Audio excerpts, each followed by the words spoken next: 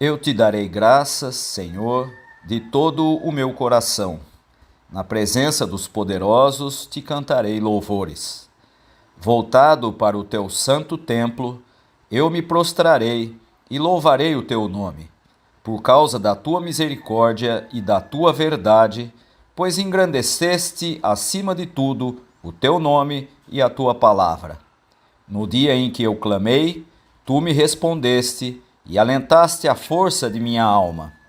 Todos os reis da terra te louvarão, Senhor, quando ouvirem as palavras da tua boca, e cantarão os caminhos do Senhor, pois grande é a glória do Senhor. O Senhor é excelso, contudo atenta para os humildes. Os soberbos, ele os conhece de longe. Se ando em meio à angústia, tu me refazes a vida. Estendes a mão contra a ira dos meus inimigos. A tua mão direita me salva. O que diz respeito a mim, o Senhor levará a bom termo. A tua misericórdia, ó Senhor, dura para sempre. Não desampares as obras das tuas mãos.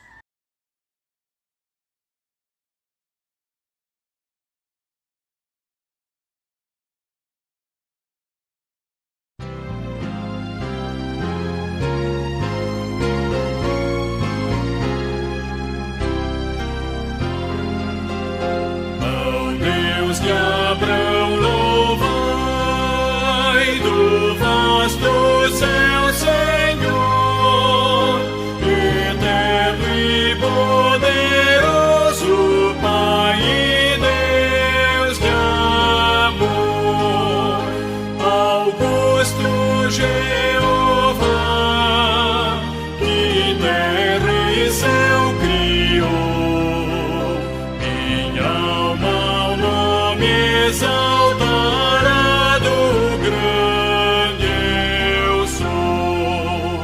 Ao Deus de Abraão louvai, eis por maná do céu, minha alma deixa a terra e vai gozar no céu. O mundo desprezei seu lucro e seu louvor, e Deus por meu quinhão tomei e protetor. Meu guia Deus será, seu infinito amor, feliz em tudo me fará por onde eu for. Tomou-me pela mão, nas trevas deu-me luz, e dá-me eterna salvação por meu Jesus.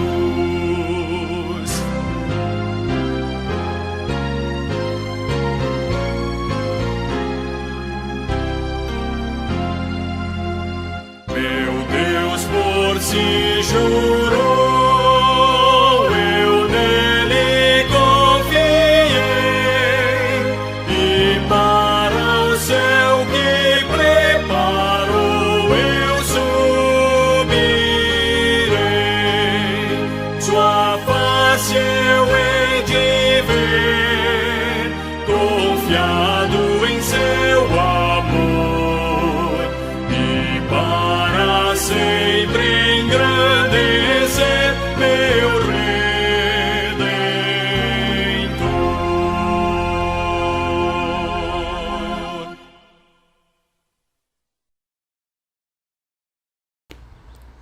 Deus Todo-Poderoso, que vês todos os corações, conheces todos os desejos e para quem segredo algum está escondido. Purifica nossos corações e pensamentos pela inspiração do Teu Espírito Santo, para que possamos amar-te com perfeição e engrandecer com dignidade Teu santo nome. Por Jesus Cristo, nosso Senhor.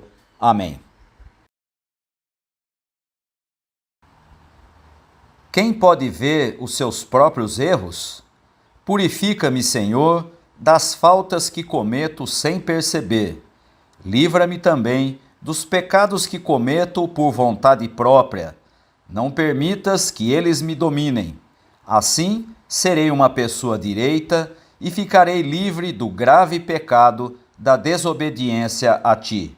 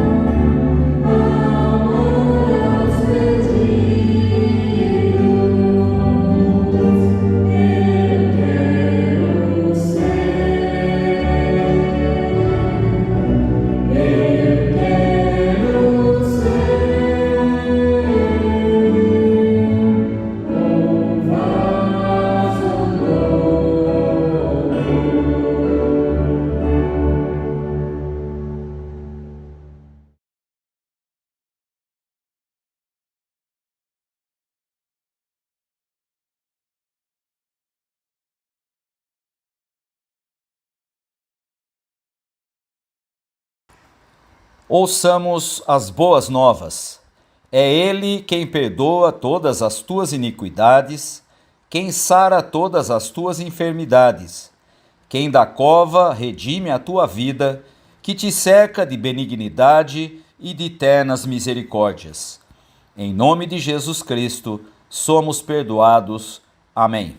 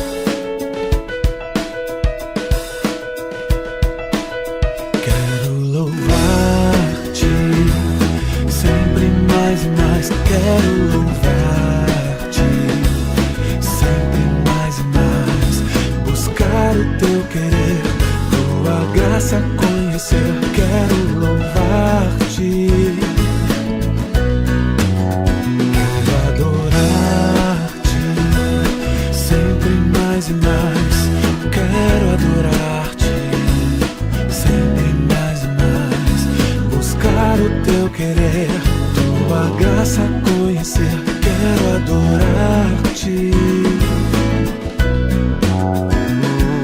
As aves do céu cantam para ti, as feras do campo refletem teu poder. Quero louvar, quero levantar as minhas mãos a ti. As aves do céu cantam para ti, as feras do campo refletem teu poder. Quero louvar, quero levantar as minhas mãos a ti.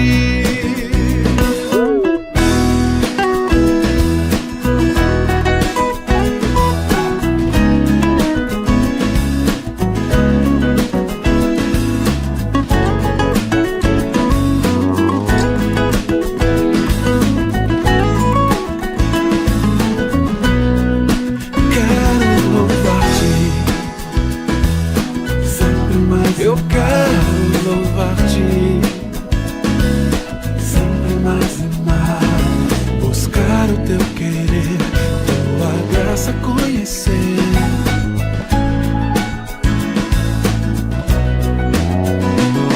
As aves do céu cantam para ti, as feras do campo refletem teu poder.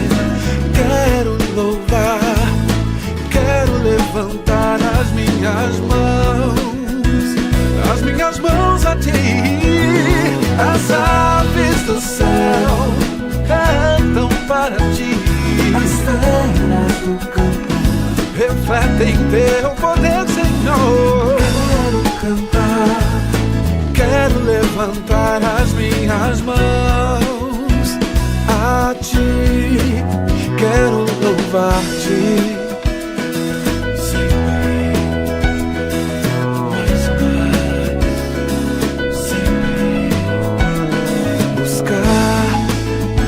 conhecer, amar-te.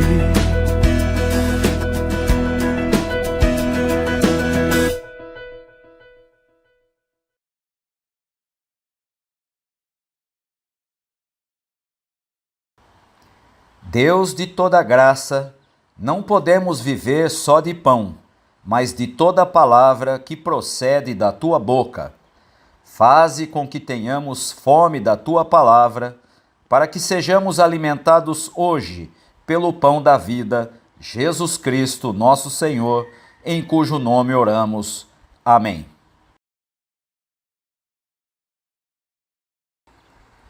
No ano em que o rei Uzias morreu, eu vi o Senhor sentado num trono alto e elevado. O seu manto se estendia pelo templo inteiro, e em volta dele estavam serafins. Cada um deles tinha 6 asas. Com 2 eles cobriam o rosto, com 2 cobriam o corpo, e com as outras 2 voavam. Eles diziam em voz alta uns para os outros: Santo, Santo, Santo é o Senhor Todo-Poderoso. A sua presença gloriosa enche o mundo inteiro. O barulho das vozes dos serafins fez tremer os alicerces do templo, que foi ficando cheio de fumaça. Então eu disse: Ai de mim, estou perdido, pois os meus lábios são impuros, e moro no meio de um povo que também tem lábios impuros. E com os meus próprios olhos vi o Rei, o Senhor Todo-Poderoso.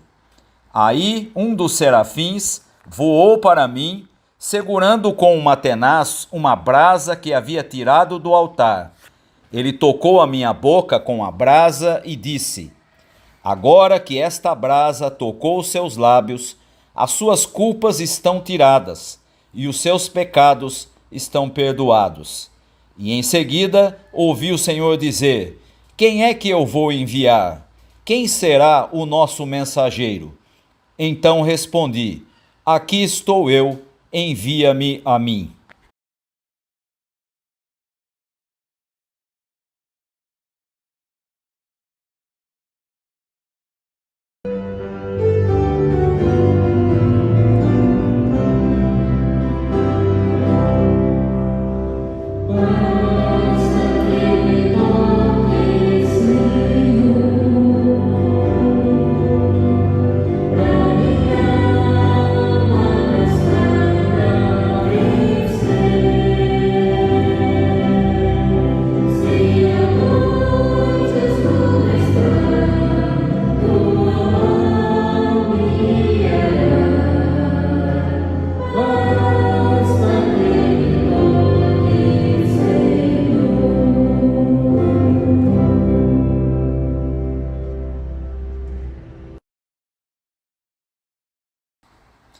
Irmãos, venho lembrar-vos o evangelho que vos anunciei, o qual recebestes e no qual ainda perseverais. Por ele também sois salvos, se retiverdes a palavra tal como vô-la preguei, a menos que tenhais crido em vão. Antes de tudo, vos entreguei o que também recebi, que Cristo morreu pelos nossos pecados, segundo as Escrituras, e que foi sepultado e ressuscitou ao terceiro dia, segundo as Escrituras, e apareceu a Cefas e depois aos 12. Depois foi visto por mais de 500 irmãos de uma só vez, dos quais a maioria sobrevive até agora, porém alguns já dormem. Depois foi visto por Tiago, mais tarde por todos os apóstolos, e afinal, depois de todos, foi visto também por mim, como por um nascido fora de tempo. Porque eu sou o menor dos apóstolos, que mesmo não sou digno de ser chamado apóstolo, pois persegui a igreja de Deus. Mas, pela graça de Deus, sou o que sou, e a sua graça, que me foi concedida, não se tornou vã. Antes, trabalhei muito mais do que todos eles. Todavia, não eu, mas a graça de Deus comigo. Portanto, seja eu ou sejam eles, assim pregamos e assim crestes.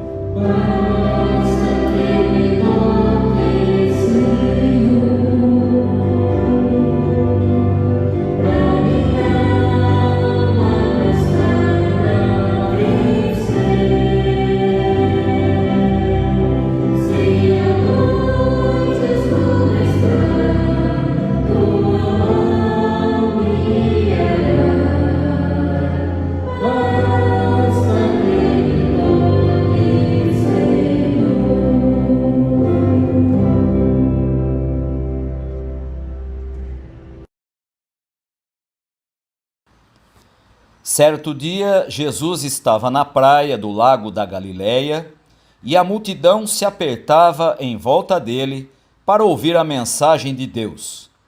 Ele viu 2 barcos no lago, perto da praia. Os pescadores tinham saído deles e estavam lavando as redes. Jesus entrou num dos barcos, o de Simão, e pediu que ele o afastasse um pouco da praia. Então sentou-se e começou a ensinar a multidão. Quando acabou de falar, Jesus disse a Simão: leve o barco para um lugar onde o lago é bem fundo, e então você e os seus companheiros joguem as redes para pescar. Simão respondeu: Mestre, nós trabalhamos a noite toda e não pescamos nada, mas já que o Senhor está mandando jogar as redes, eu vou obedecer. Quando eles jogaram as redes na água, pescaram tanto peixe que as redes estavam se rebentando. Então fizeram um sinal para os companheiros que estavam no outro barco, a fim de que viessem ajudá-los. Eles foram e encheram os 2 barcos com tanto peixe que os barcos quase afundaram. Quando Simão Pedro viu o que havia acontecido, ajoelhou-se diante de Jesus e disse: Senhor, afaste-se de mim, pois eu sou pecador. Simão e os outros que estavam com ele ficaram admirados com a quantidade de peixes que haviam apanhado. Tiago e João, filhos de Zebedeu, que eram companheiros de Simão, também ficaram muito admirados. Então Jesus disse a Simão: não tenha medo, de agora em diante você vai pescar gente. Eles arrastaram os barcos para a praia, deixaram tudo e seguiram Jesus.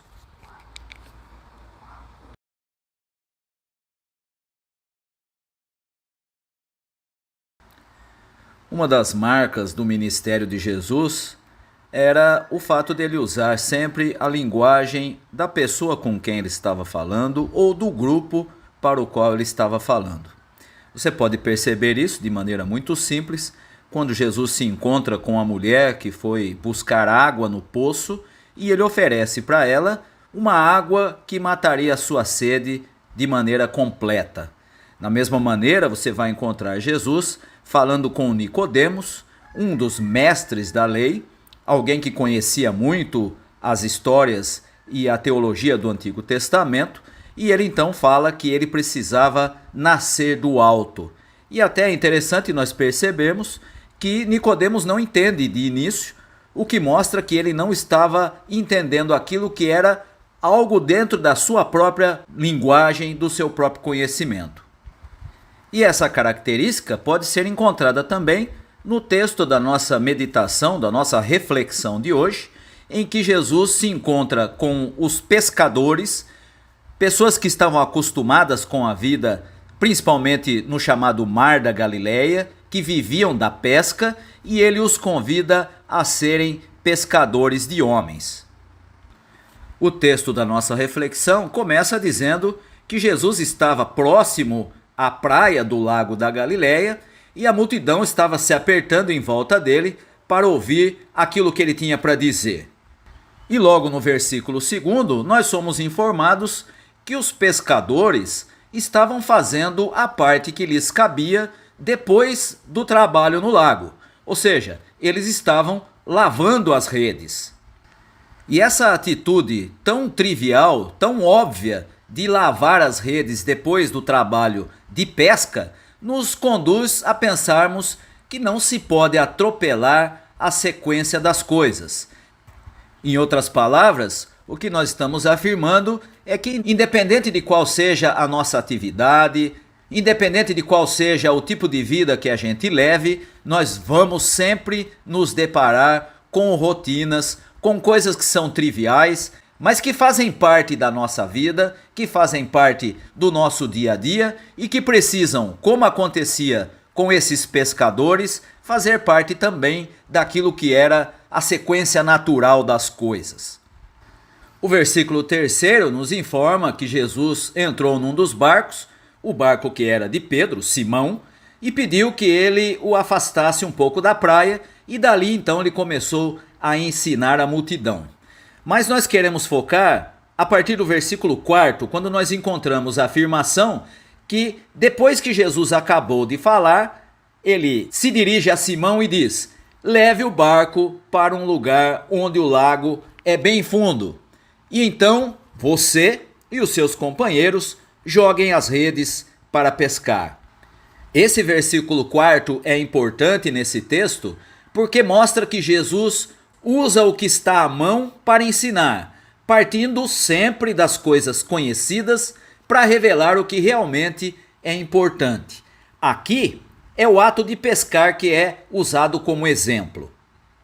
Num primeiro momento, nós vamos perceber que Simão, Pedro, no versículo 5, vai argumentar que eles tinham trabalhado a noite inteira e não tinham pego nada, ou seja, era gente do ramo, era gente que entendia de pesca, que estava acostumada com a vida nesse serviço, e agora a argumentação dele para Jesus é que eles não tinham pego nada e que não havia motivo para que eles voltassem para o lago, uma vez que a noite já tinha terminado. Mas encontramos a afirmação de Pedro dizendo: já que o Senhor está mandando, eu vou obedecer. Essa atitude de Pedro pode ser considerada como uma atitude paradigmática, ou seja, um modelo para a atitude que muitas vezes nós tomamos e muitas vezes nós rejeitamos. Às vezes, achamos que o nosso conhecimento é suficiente para conduzir a nossa vida, mas não é. Às vezes, entendemos que a vontade de Deus, aquilo que Ele nos ensina, é melhor do que o nosso conhecimento próprio e faz com que nós tenhamos uma vida que seja plena, que seja de acordo com a vontade de Deus. E por isso essa atitude de Pedro pode ser entendida como paradigmática. Às vezes fazemos como ele, reconhecemos a nossa limitação e obedecemos a Deus, às vezes até resistimos o que Deus nos diz por acharmos que sabemos o que é necessário para conduzir a nossa própria vida. O versículo 6 traz o resultado da obediência de Pedro à ordem de Jesus. E o resultado da obediência é sempre fartura de bênção de Deus. Por isso é contraproducente desobedecer aquilo que é absolutamente claro no Evangelho. E para que não fique nenhuma dúvida sobre isso, é importante entendermos que a obediência à vontade de Deus, aquilo que é expresso no Evangelho, aquilo que é claro para que nós vivamos em seguimento a Jesus Cristo, não significa necessariamente uma vida tranquila, uma vida de fartura, uma vida em que toda a prosperidade tão famosa e tão proclamada nos nossos dias vai estar presente em todo o tempo. No caso desse texto específico, a obediência daqueles discípulos, daqueles pescadores e principalmente de Pedro à ordem de Jesus, trouxe como resultado a fartura da bênção de Deus. Mas a bênção de Deus pode também nos conduzir a momentos de dificuldade. Nós vamos encontrar isso de maneira clara na própria vida de Pedro, que depois vai ser perseguido e vai ser morto por causa da obediência à vontade de Deus. Nesse momento, nesse texto, o resultado da obediência trouxe uma fartura de pesca, uma fartura de bênção. A bênção, portanto, não é sinônimo de ausência de dificuldade e nem mesmo de problemas. Isso fica muito evidente na expressão usada pelo próprio Jesus, quando ele diz: "No mundo tereis aflições, mas tende bom ânimo, eu venci o mundo." E como ele venceu, nós também podemos vencer. O versículo 7 nos informa que as bênçãos que foram derramadas sobre Pedro e os seus companheiros imediatos se espalham também para outras pessoas, ou seja, não são apenas para ele. E aqui nós encontramos o grande perigo do individualismo tão comum na nossa época na relação com Deus. Hoje se fala muito a respeito da bênção de Deus para cada pessoa, como se Deus tratasse apenas com indivíduos, quando na realidade a bênção de Deus é para todos. E mais, a bênção de Deus é sempre extensiva às outras pessoas. Não existe bênção individual que não transborde para a bênção e para abençoar as pessoas com quem o abençoado convive. Essa é uma das principais características das pessoas que se dispõem a seguir o exemplo e o caminho de Jesus Cristo. Elas não são apenas abençoadas por Ele, mas elas se tornam bênção na vida das outras pessoas. Elas se tornam instrumentos de Deus para abençoar as pessoas com quem convivem.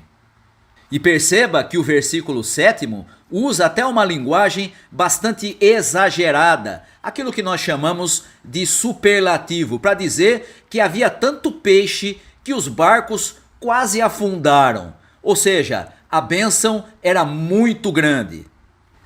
Os versículos seguintes, o versículo 8 e o 9, trazem a reação de Pedro ao que tinha acontecido. O texto nos afirma que ele se ajoelhou diante de Jesus e disse: "Senhor, afaste-se de mim, pois eu sou um pecador." E essa atitude de Pedro tem um paralelo muito grande com o texto que nós lemos durante o culto de hoje, o texto que está lá no capítulo 6 do livro de Isaías, em que acontece com ele a mesma coisa. Estando diante de Deus, estando na presença de Deus, não tem como não reconhecer a sua condição de pecador. Aqui, Pedro demonstra o que significa compreender a ação de Deus naquele acontecimento. Ele se reconhece como pecador, reconhece a distância que existe entre ele, que é seguidor de Jesus, que vai se tornar seguidor de Jesus, e o próprio Jesus, que é o Filho de Deus. E perceba que no versículo 9, nós somos informados que Pedro, Simão e os outros que estavam com ele ficaram admirados com a quantidade de peixes que haviam apanhado. Ou seja, toda a sua reação, toda a sua admiração era por conta daquilo que tinha acontecido. Simplesmente pelo fato de terem pego uma quantidade imensa de peixes, depois de uma noite sem pegar nada, sem pescar coisa alguma. O versículo 10 finalmente traz o momento em que Jesus ensina aquilo que ele pretendia ensinar com toda a cena da pescaria. Agora, os discípulos vão se tornar pescadores de gente. Não vão se tornar pescadores de gente via proselitismo, nem pela desqualificação da religião dos outros, mas porque agora se tornariam aqueles que vão anunciar o que Jesus fez e o que Jesus ensinou. Todo o livro de Atos dos Apóstolos mostra exatamente isso.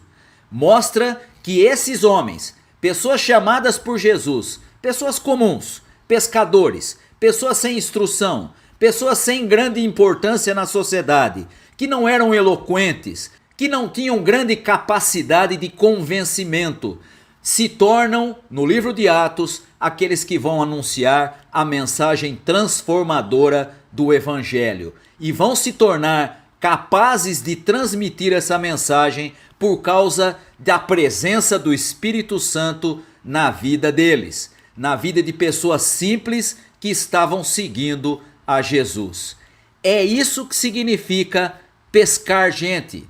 Não é falar na praça e não é fazer grandes congressos evangelísticos, trazer grandes pregadores para que eles convençam e convertam as pessoas, mas a atitude de pessoas comprometidas com Jesus Cristo, pessoas que são seus seguidores e que agora falam daquilo que experimentaram, que falam daquilo que vivenciam. Isso significa se tornar pescador de gente. E novamente fica evidente que Jesus usa algo da convivência daquelas pessoas, do conhecimento delas, para que elas fossem chamadas a se tornarem os seus seguidores. Agora são pescadores de gente, depois de serem pescadores de peixes. As comunidades da nossa época, do nosso tempo, são chamadas a serem seguidoras do exemplo de Jesus Cristo. Muitos de nós fomos chamados em funções muito distintas desses pescadores de peixes, mas somos chamados por Jesus para sermos pescadores de gente, para compartilharmos com as pessoas aquilo que nós vivenciamos na nossa caminhada junto a Jesus Cristo. Continua sendo essa a missão da igreja, continua sendo essa a missão de todos aqueles que se comprometem a seguir o exemplo de Jesus Cristo. E o texto no versículo 11, último do nosso trecho de hoje, afirma que eles deixaram tudo o que os ocupava para seguir a Jesus.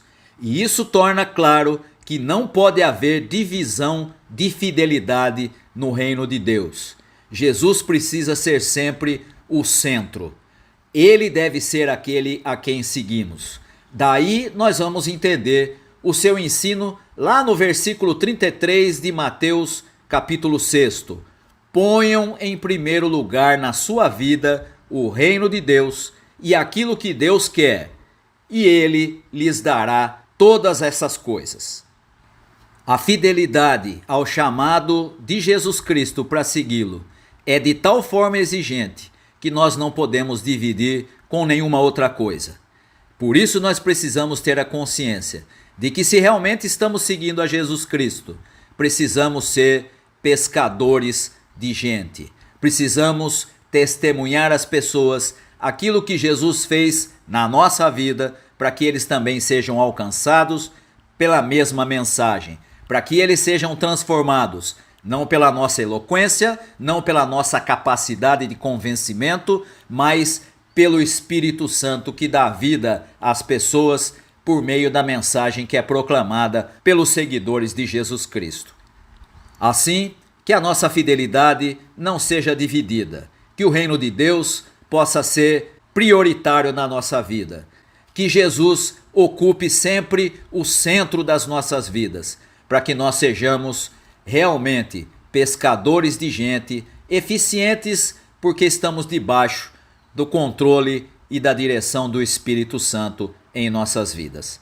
Que Deus possa abençoar aos irmãos, que Deus possa abençoar as irmãs. Amém.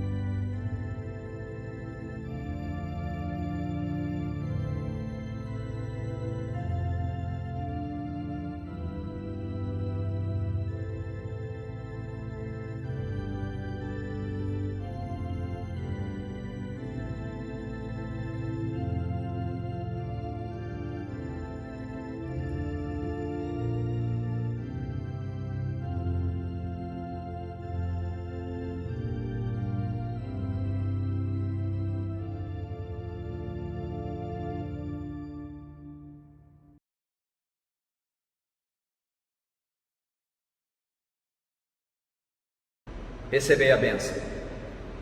E que a graça do nosso Senhor e Salvador Jesus Cristo, o amor de Deus, o nosso Pai, o ensino e as consolações do Espírito Santo estejam convosco, irmãos, hoje e para todos sempre. Amém.